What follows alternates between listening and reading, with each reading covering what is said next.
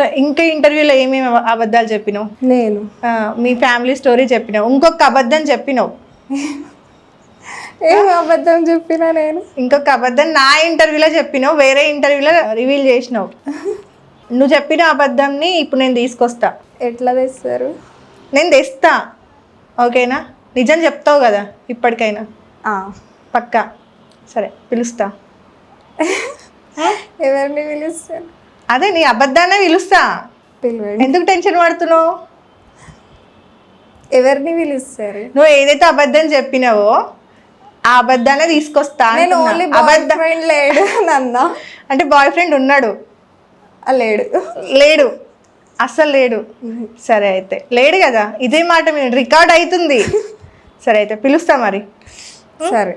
So కళ్ళు మూసుకో, కళ్ళు మూసుకోరా ఒకసారి. ఎందుకు టెన్షన్ పడుతున్నావు? నీకు బాయ్ ఫ్రెండ్ లేడు కదా?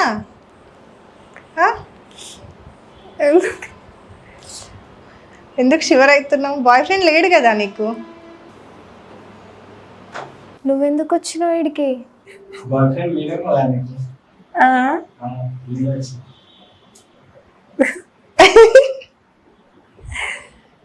ఫ్రెండ్ లేడన్నావు. రియా ఎందుకు వచ్చినావు అంట, డామినేట్ చేస్తున్నావు మళ్ళీ. సరే పిలిచి మాట్లాడదాం ఒకసారి, ఓకే? ఎట్లుంది సర్ప్రైజ్? నీకెట్లా తెలుసు అక్క? అసలు ఆయన నంబర్ ఎట్లా తెలుసు?